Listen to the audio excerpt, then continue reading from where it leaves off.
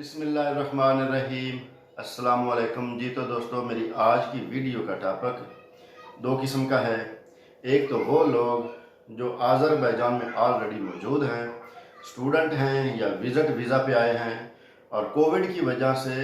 उन्होंने अपने visa extend नहीं करवाए या इलीगल हो गए हैं। और सेकेंडली, जो आज़रबैजान का काराबाग का इलाका है जो रिसेंटली आज़ाद हुआ है 1 साल पहले, 10 माह पहले, तो दूसरा मेरा उसके रिलेटेड है कि वहाँ पे जो इन्वेस्टमेंट करेंगे तो वो किस चीज़ की उनको इन्वेस्टमेंट करनी चाहिए जो पायदार भी हो और जिसमें ज़्यादा आपको रिस्क भी ना लेना पड़े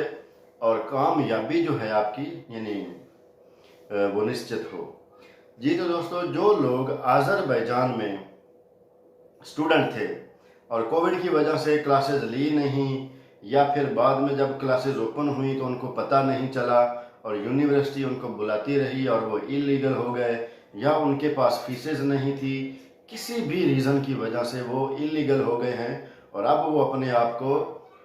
दोबारा जो है वो लीगल करना चाहते हैं, उनके लिए, या फिर जो लोग बिजनेस करने के लिए आए थे और यहाँ पे स्टक हो गए हैं और अब अपने आप को जो लीगल करना चाहते हैं, उनको मैं एक प्रॉपर वे बता देता हूँ। बहुत से लोग डरते रहते हैं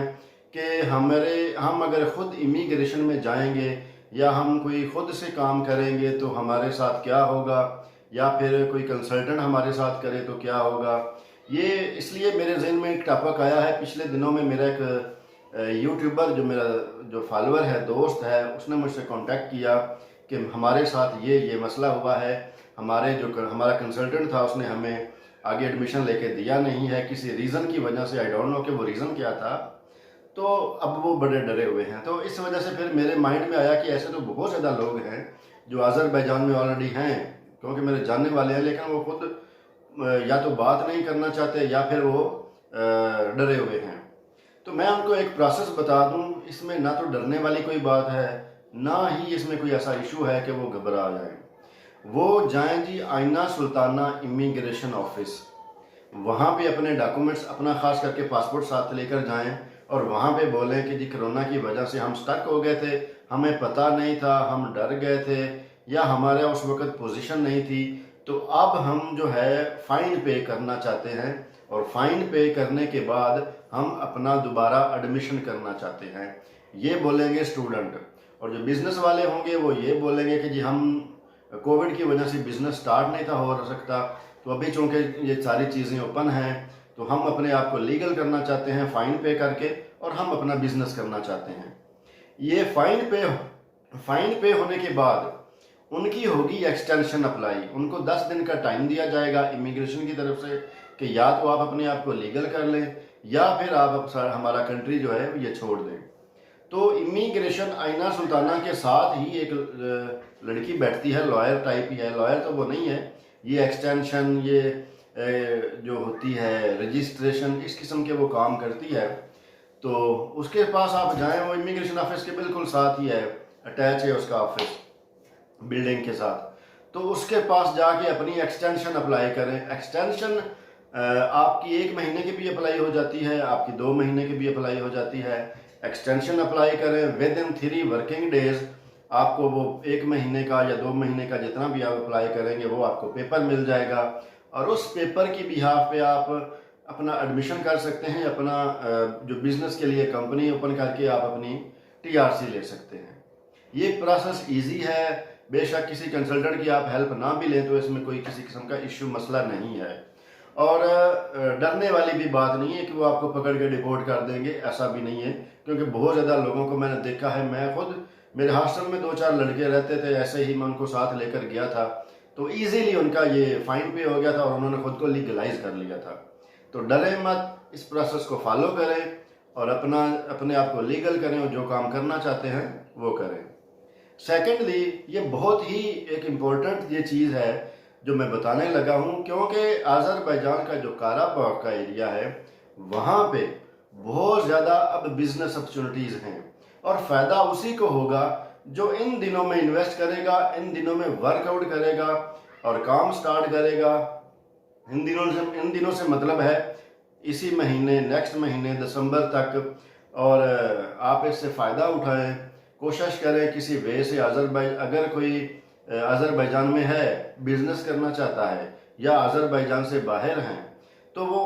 उन इलाकों में जाएं, वहाँ पे जाके वर्कआउट करें। वर्कआउट कैसे करना है,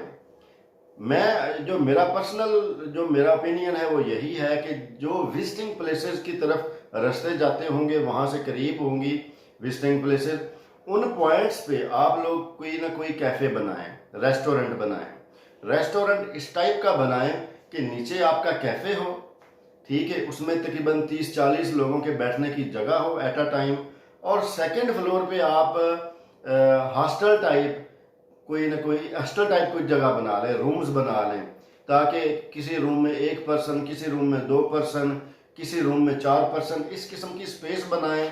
ताकि जो विजिटर आए उनको आप रिहाइश भी दे सकें और वहाँ पे वो आपके साथ आपके यानी सहूलतें जो हैं वो आपसे ले सकें, खाना पीना भी आपसे खाएं, आपके पास रिहाइश भी रखें।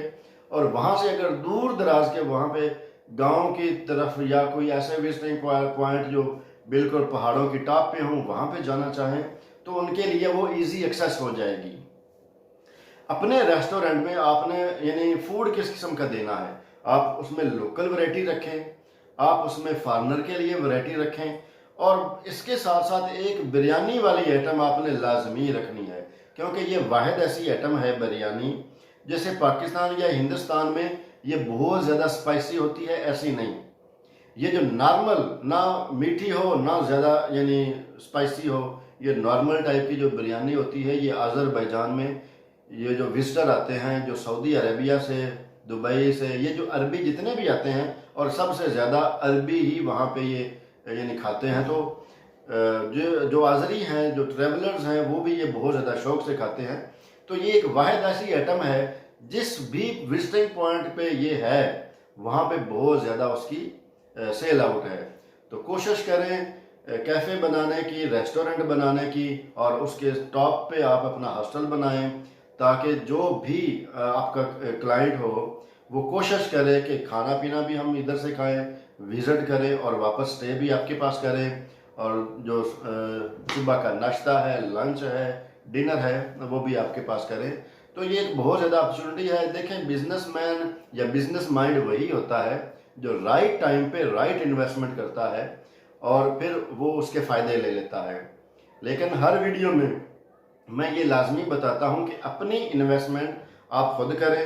क्योंकि बहुत ज़्यादा लोग जो नाकाम हुए हैं वो बताते हैं कि अज़रबैजान में कुछ नहीं है, अज़रबैजान में नाकामी है। नाकामी इस वजह से है